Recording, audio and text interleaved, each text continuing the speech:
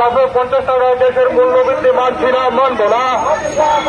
নিত্য প্রয়োজনীয় জিনিসপত্রের দাম হু হু করে বাড়ছে কেন? বিজেপি সরকার জবাব চাই, জবাব দাও। নিত্য প্রয়োজনীয় জিনিসপত্রের দাম হু হু করে বাড়ছে কেন? বিজেপি সরকার জবাব চাই, জবাব দাও। যে মূল্যবৃদ্ধিতে এমনিতেই চলছে, যেটা মানুষের না বিশ্বাস উঠে, এখন যেটা ভয়ঙ্কর পর্যায়ে নিয়ে গেছে, এই সাধারণ মানুষের যে রান্না করে খাবে তার জন্য যে গ্যাস ব্যবহৃত হয়, সেই গ্যাসের মূল্যবৃদ্ধি ঘোষণা করে দিয়েছেন। সিলিন্ডার প্রতি 50 টাকা করে দাম বাড়িয়ে দিয়েছেন। এবং বাড়াতে গিয়ে সাধারণভাবে যারা গ্যাস ব্যবহার করেন তাদের তো বাড়বে, আর উজ্জ্বলা যেটা নিয়ে তারা খুব চিৎকার চেঁচামেচি করে একসময় বলেছিল ফ্রি গ্যাস দেবে, পরে তো এটার দাম বাড়িয়ে দিয়েছেন উজ্জ্বলা, এবং এটা গরিব মানুষের জন্য, যারা বিপিএল কার্ডভুক্ত তাদের জন্য উজ্জ্বলা চালু করেছিলেন। দেশব্যাপী প্রচুর কোটি কোটি টাকার বিজ্ঞাপনও খরচ করেছে। এখন সেই উজ্জ্বলা তো অধিকাংশ জায়গায় দেখা যায় সেই গ্যাস তারা কিনতে পারছে না গরিব মানুষ। এটার ক্ষেত্রেও 50 টাকা দাম বাড়িয়ে দিয়েছে। যে গ্যাসের তো আন্তর্জাতিক বাজারে গ্যাসের দাম কমছে, আর আমাদের দেশে গ্যাসের দাম বাড়ছে। এই যে অবস্থাটা, এই অবস্থাটা কোনো অবস্থাতেই মেনে নেওয়া যায় না। এটা সাধারণ মানুষের উপরে একটা বিরাট বোঝা। আরেকটা লক্ষ্য করে গেল যেটা অন্তঃশুল্ক, অন্তঃশুল্কে দেখা গেল যে তারা এটাও পেট্রোলিয়াম মন্ত্রী হরদীপ সিং, এখন যে কেন্দ্রীয় সরকারের, তিনি ঘোষণা করে দিয়েছেন পেট্রোল ডিজেলের উপর 2 টাকা অন্তঃশুল্ক বাড়িয়ে দিয়েছেন। এতে অন্তঃশুল্ক আগে যেটা ছিল তার চেয়ে 2 টাকা বাড়বে। বলছে এটা তো আমরা আমজনতার উপরে দেবো না, আমজনতার উপরে দেবো না, কার উপর পড়বে এটা? কারণ বর্ধিত মূল্যটা যখন সেখানে অন্তঃশুল্কটা বাড়বে, এটা কিন্তু পরোক্ষ না, যে প্রত্যক্ষভাবে জনগণের উপরে চাপ পড়বে। কোনোটা প্রত্যক্ষ, কোনোটা পরোক্ষ। আর শুরুতে তারা এই ধরনের কথাই বলছে, কিন্তু পরে এটা আমজনতার উপরেই চাপিয়ে দেওয়া হয়।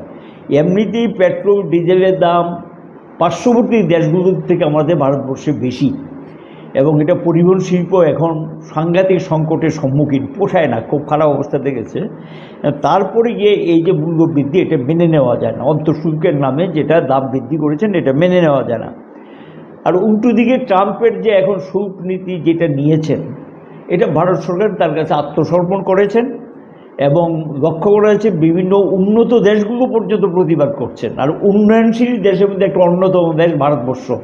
আমাদের দেশ থেকে যেগুলো রপ্তানি হয় সেগুলোর ক্ষেত্রে তারা এমনভাবে শুল্ক চাপিয়ে দিয়েছেন, যেটার কারণে আমাদের দেশে বাজারে একটা বিরাট সংকট তৈরি হয়েছে, এবং সেখানে দেখা যাচ্ছে তাদের পুঁজি হারা হওয়ার মতো অবস্থা। এবং কালকে আমি দেখলাম যেটা ব্যাপারে বেরিয়েছে, যে 5 জন বিগ ক্যাপিটালিস্টে প্রচুর টাকা তাদের নাকি ক্ষয় হয়ে গেছে এই ট্রাম্পের শুল্ক নীতির জন্য। কিন্তু এটা ট্রাম্পের চেয়ে বড় দায়িত্ব আমাদের নরেন্দ্র মোদী সরকার, বিজেপি সরকার, এবং পৃথিবীর বিভিন্ন দেশ প্রতিবাদ করছে, ছোট বড় বিভিন্ন দেশগুলো।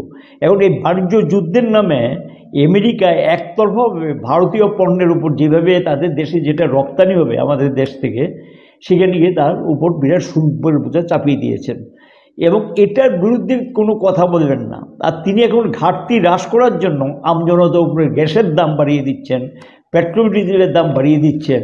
আবার ভোট আসলে করবে কি, এখানে ওই 100 গুণ বাড়িয়ে 150 গুণ দাম বাড়িয়ে দেবেন, ভোট আসলে সেখানে ভোট পাওয়ার জন্য 50% দাম কমিয়ে দেবেন। এই হলো ভোটের রাজনীতি, মানুষকে বোকা বানানোর জন্য। আমাদের প্রশ্ন হলো, CI2 মনে করে যে এই যে অবস্থাটা চলছে, ঘরে বসে থেকে কিন্তু ওইটা মানুষ বাঁচতে পারবে না। আমাদের আবেদন থাকবে, আর কত ঘরে বসে থাকবেন? আপনি বিজেপি করেন, রাজনৈতিক দল কোনটা করেন সেটা পরের প্রশ্ন। আপনার বাঁচতে হবে, খেতে হবে, কাজ পেতে হবে। কাজ নেই, খাদ্য নেই, কিচ্ছু নেই। এই পরিস্থিতির মধ্যে তো আপনি বাঁচতে পারবেন না। সকল মানুষ দলমত নির্বিশেষে এই মূল্যবৃদ্ধির বিরুদ্ধে সোচ্চার হওয়া উচিত, এবং সেখানে সোচ্চার হওয়ার জন্য আমরা দেশবাসীর কাছে এবং রাজ্যবাসীর কাছে আবেদন জানাবো। আমরা CI2 এটাকে মেনে নেব না, এটা প্রতিবাদে আমরা সোচ্চার হবো, আমরা বিভিন্ন ধরনের কর্মসূচি গ্রহণ করব। আরেকটা প্রশ্ন আমি যেটা বলবো, রেগা এবং টুইবের কাজ সম্পর্কে। রেগা টুইবের কাজ দিতে হবে সংক্রান্তি, পয়লা বৈশাখ, তারপর আসছে গড়িয়া। এই 3টা উৎসবের আগে বামফ্রন্ট সরকারের সময় বিরাট পরিমাণ কাজ দেওয়া হতো, এবং এটা সাধারণ গরিব মানুষ কাজ করে তার থেকে কিছু পয়সা পেতেন। এবং এই যে উৎসবটা আসছে, তারা যে উৎসবগুলো করছে, উৎসবের নামে কিন্তু কোটি কোটি টাকা খরচ হয়। এই কাজে এটা হলো তো সকল মানুষের একটা উৎসব, চৈত্র সংক্রান্তি, তারপর পয়লা বৈশাখ, বাংলা নববর্ষ, আর ওইদিকে গড়িয়া। এই উৎসবের আগে যাতে যথেষ্ট পরিমাণ কাজ দেওয়া হয় এবং সেই মজুরি উৎসবের আগে যাতে মিটিয়ে দেওয়া হয়, তার জন্য যাতে প্রয়োজন ব্যবস্থা সরকার গ্রহণ করে। জানি না এই আবেদন রাখবে কিনা, মানবে কিনা, কারণ তারা তো কোনো কথা শুনতে চান না, মানুষ থেকে কোনো কিছু শিক্ষা নিতে চান না। আমজনতা ভারতবর্ষে তাদের সাইজটা কমিয়ে দিয়েছেন, তারপরে কিন্তু তাদের কোনো হেলদোও নেই। আমাদের বক্তব্য হলো মানুষের কথা একটু ভাবার চেষ্টা করুন এবং এই ধরনের মনোভাব পরিত্যাগ করা উচিত। এবং এই পরিত্যাগ না করলে দেশবাসী এটাকে বেশি দিন মেনে নেবে না এবং অহংকার বেশি দিন চলে না। এবং মানুষ যখন কোনো প্রতিবাদ করে তার মূল্য দেওয়া উচিত, বোঝা উচিত এবং তাদের নীতি পরিবর্তন করা উচিত। এটা হলো আমাদের বক্তব্য।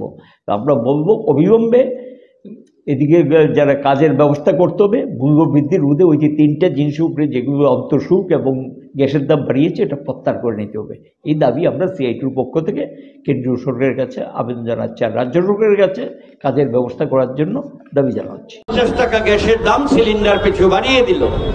শুধু তা নয়, পেট্রোল এবং ডিজেলের ইন্টারনাল ট্যাক্স অন্তঃশুল্ক যেটাকে বলে সেটাও বাড়ানো হয়েছে।